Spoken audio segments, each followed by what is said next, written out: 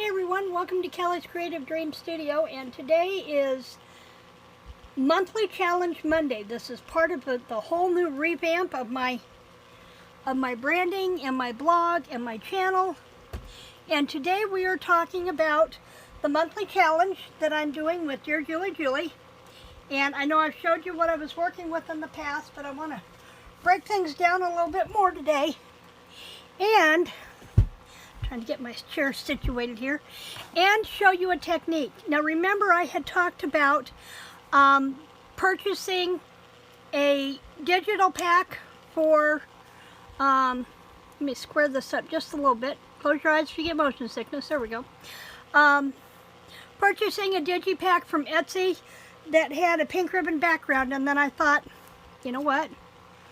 I have a stamp. I have inks. I can create my own background, so that's one of the things we're going to do today. But I wanted to go over really quick. I've been picking up some things here and there. I may have bought more than 3 items, we'll see. But I picked up this notepad, and I've already written a note on it to use the October calendar sheets, because October is Breast Cancer Awareness Month, and I know that in my big box of calendars up there on the shelf, I have October calendars. So I'm going to pull those out as part of my stash. But I bought these. Let's see, I bought 2 packs of these so that I could put flip up, flip downs, or water card, waterfall notepads. I got these at Dollar Tree, so I've added those to my project list. Then I bought these cupcake liners because I wanted pink ones to spread out and use on pages. So I have those to play with. And the other colors I'll use for other things, Easters, that kind of stuff. I bought the ribbon before the August Challenger started, but I also finally found these tack pins at Dollar Tree yesterday, and these are going to become the charm. Instead of doing a full tassel on the spines of the journals, I'm just going to do a simple one with some of the fibers and use the tack pin as a charm on the tassel. So I've got those, and then they can take the tack pin off and wear it. It doesn't have to stay on the tassel, for what it's worth. So I've got those. I also watched a video, and I will post a link when I do my video with this, because I can't remember who did them, but she made a whole bunch of hidden paper clips from her punch out. She just sat one day and punched a whole bunch of punch outs out and showed how to make hidden paper clips with these. I have her in my tutorial, so I can go back and pull her out when I do my video for these. So I've got a bunch of these punched out, and let's see, whatever I did in one color I did in both. So there's the Melon Mambo and the Blushing Bride. Here's these in the Blushing Bride and the Melon Mambo. And then I have these. So I can put, and I've got them set up to where I do 6 of each one, so I can put 1 of each color and of each size in each journal. So I've got those ready to go. And I finally found pink ribbon stickers at Hobby Lobby. And these were half off through Saturday, last Saturday. So I got these because as I'm putting these journals together, I'm also looking at putting together kits. Pulled this ribbon out of my stash. Actually, this is washi tape that's kind of lost its washi. Lost its sticky. So I can use that as trims and just add a little bit of adhesive to make it work. Not tossing it out, we can make it work. Sound like Tim Gunn. Make it work, people, make it work. And then since I'm doing the 2-tone pinks, the whites, and the golds in most of my journals, which I'll come back to in a minute, I also have these gold paper clips that I had done the curly Q on. Let's get back down here, there we go. So that I've done the curly Q on. And I have several of those, and I think I can put 1 of those in each journal. If not, I've got more of those gold paper clips that I can make those. I've been adding to my recycle bin stash. So, and we're to make the items, one of them is for R from the recycle bin. Those will probably be parts of my tags. I finally found a paper pad I think I'm going to use. I'll know when I get into it more. This is Uptown Player from the Paper Studio. Been in my stash for several years. I bought it to do a memory book for the young lady who's going to have twins in November. Bought it to do her a journal several years ago, and then we never got together. So I'm going to go through and pull some of these papers out. I'm going to try and avoid papers that have the greens as much as I can, but I've got pinks here that I can use. So I'm going to have to pull them out and see how they pair with the other papers that I'm working with. And then these I pulled, these were two of what I picked up at the scrapbook closing store last week. Now I have been unable to find pink ribbon fabric in any of the fabric stores, but I did find this fleece that had just come into Hobby Lobby last week, and I'm going to use this very minimally, but it's not a really thick fleece, so I could do this just like on a soft page edge, or I could even do it as my spine and make sure that one of these at least gets positioned centered on the spine. So that's an option. And I didn't stick to the buy only 3 items because I'm putting multiple of these in my Etsy shop. I also went down and picked out my big shoebox that has all of my pink and variation fabrics in it. So I've got some variation fabrics here, and I finally got my the yo-yos to make fabric yo-yos. I finally got the templates in for those. I waited and waited and waited for a local quilt store to get those in for me, and she never did. So I just went in and ordered a 4-pack of 4 different sizes off of Amazon the other day, so I can use some of those fabric scraps to make yo-yos, which will be nice backgrounds on as part of cluster embellishments. Okay, let's get to making this. And all you're going to need for a background, you can create any kind of a background you want.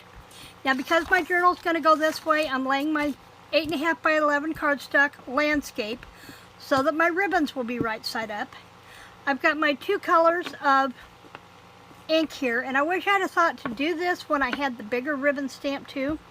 But all you need to do is stamp your ink, apply ink to your stamp, and you're better off, this is a tip, better off if you apply ink to stamp instead of stamp to ink. When you apply the stamp to the ink, you're more apt to apply more pressure, and that's what gives you your ink around the edges of your stamp. So if you do ink to stamp and just tap, not press, but just tap, you'll get a clear image. And I may pick up some of these lines here, so I'm kind of trying to watch where I do this.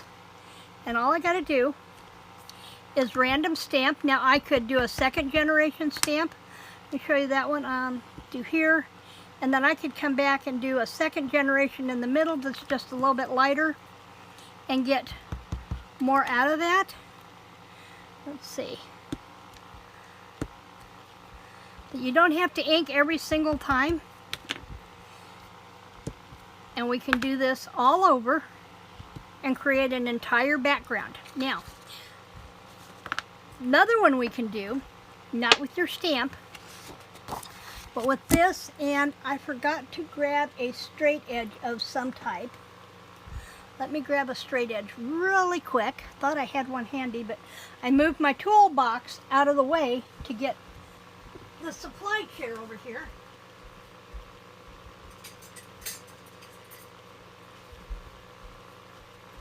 But all you need is a straight edge, or necessarily not even a straight edge. If you don't want your edge of your line straight, that's fine. And I'm going to put a couple pieces of paper under here so that I don't get my filming board all icky if I go off the page. This is just random paper. And all you have to do is, all stamp pads have some sort of an edge, and you can just turn your stamp at a 90-degree angle and just draw lines across your page and create a background that way. Okay, and then we'll come back with our lighter color. This one's more of a peach than a pink when I put it like this. But it creates a background. And then if you want, go back and add your stamped image to some of your squares and create your own background. Okay, we've got that one. Now, one more we can do is simply do a checkerboard design. Now these work best, and you can get these from Stampin' Up! In variety color collections, or you can buy, if you've got the bottles of re-inker, I think I've got one handy here, or not. Yeah, I do. Here, hang on. Yeah. You can buy the blank spots from Stampin' Up! And you can buy the bottle of re-inkers and make your own ink color pads for colors that you use frequently and just stamp your squares. You can also use the Tim Holtz spots for this, for his distress inks, and create your own pattern paper. You can create your own pattern from things that you have around the house. The more I use this petal pink against this, it looks peach, doesn't it? But it really is petal pink. Another thing you can do is, let me just grab a punch here, actually.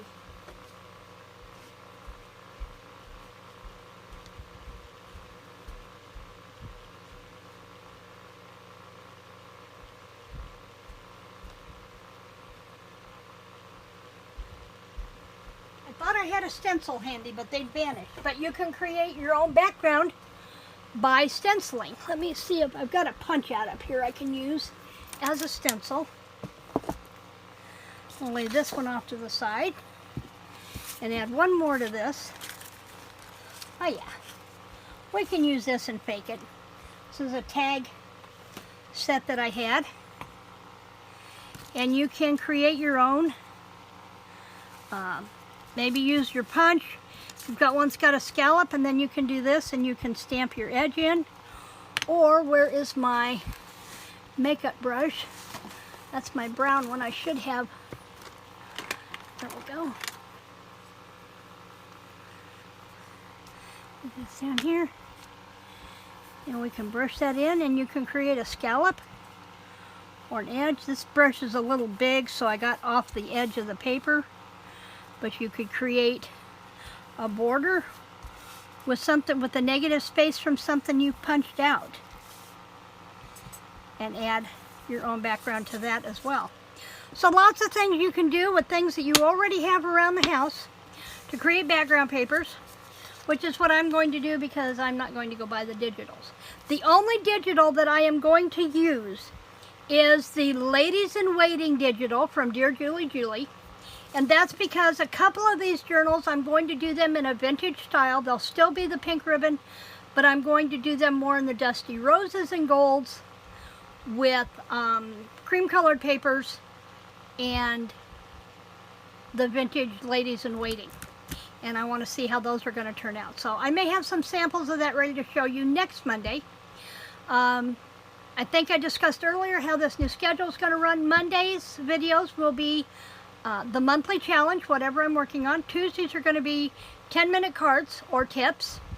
No video on Wednesday. Thursdays will be my design team project of whatever I'm working on with design team projects with Dear Julie Julie. Friday is going to be Friday freebie, so who knows what you're going to see. Saturday is shout out Saturday. And whatever project is in progress, Sunday will be Stampin' Up! Sunday and a Stampin' Up! Project. So if any of these things sound like something that you would enjoy watching, click the like button and remember to subscribe. And click the notifications bell. And when you click the bell, make sure that you click all notifications so that you don't miss anything that I upload, any of the videos that I upload. Also, when you subscribe, I add you to my subscriber list, and will add you to my drawing for my Shout Out Saturday, where every Saturday I draw 5 names from my box and send my viewers to your channel to check out what you're doing, and it kind of helps us all grow one another's channels. Thanks for joining me in the studio today. I will see you back here tomorrow with a 10-minute card. Creative blessings.